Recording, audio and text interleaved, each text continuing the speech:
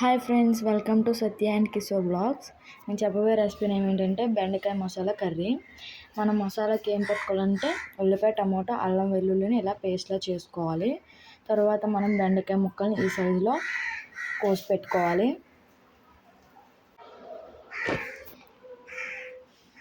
ఇప్పుడు మనం స్టవ్ పై ప్యాన్ పెట్టుకొని స్టవ్ వెలిగించుకుందాం.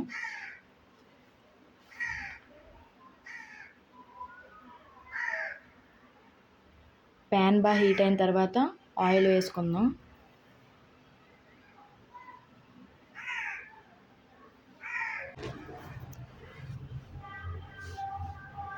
ఆయిల్ బాగా హీట్ అయిన తర్వాత మనం ముందుగా కోసి పెట్టుకున్న బెండకాయ ముక్కలు వేసుకుందాం.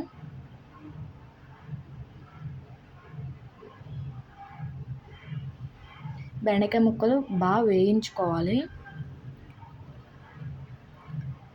నీట్గా మాడకుండా బెండకాయ ముక్కలు మనం కలుపుకుంటూ ఉండాలి.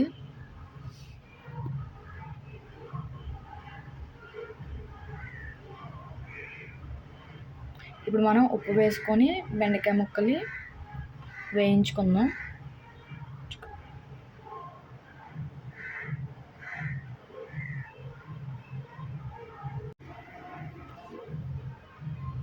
బాగా వేగిన తర్వాత మనం ఇలా సపరేట్ చేసుకుందాం. మీకు కావాలంటే మీరు వేరే ప్లేట్లో కూడా తీసుకోవచ్చు.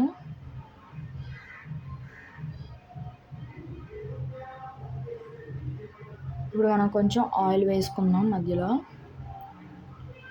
మనం ముందుగా గ్రైండ్ చేసి పెట్టుకున్న పేస్ట్ని అయితే వేసుకుందాం.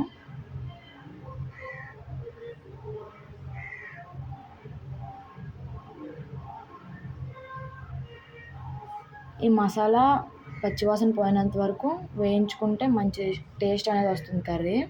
కొంచెం ఉప్పు వేసుకొని కలుపుకుందాం. మనం ఆల్రెడీ ముందు ముక్కలు వేపినప్పుడు ఉప్పు వేసుకున్నాం కాబట్టి ఇప్పుడు కొంచెం తగ్గించుకొని వేసుకుందాం. కొంచెం పసుపు వేసుకొని కలుపుకుందాం.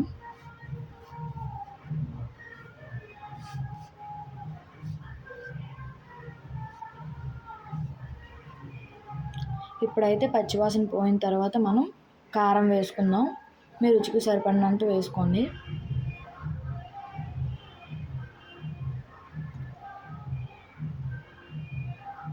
మసాలా అనేది వేగిన తర్వాత మనం బెండకాయ ముక్కల్ని మసాలాని మిక్స్ చేసుకుందాం.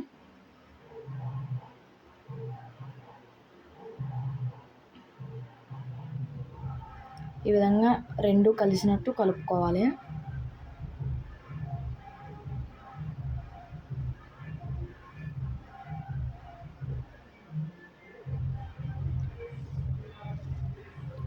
ఇప్పుడు మనం బెండకాయ ముక్క మగ్గడానికి మూత పెట్టుకుందాం.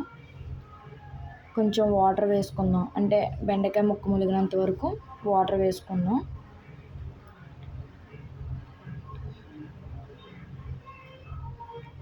మనం బెండకాయ ముక్క మొత్తం బాగా ఉడకడానికి మూత పెట్టుకుందాం.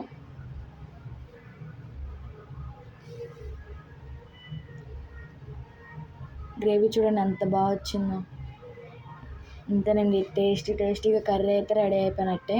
దీన్ని మనం వేడి వేడి అన్నంలో కానీ కలుపుకొని తింటే ఉంటుంది ఇంకా స్వర్గమేనండి. చాలా బాగుంటుంది కర్రీ. మనం ఫినిష్ టచ్గా కొత్తిమీర వేసుకుందాం.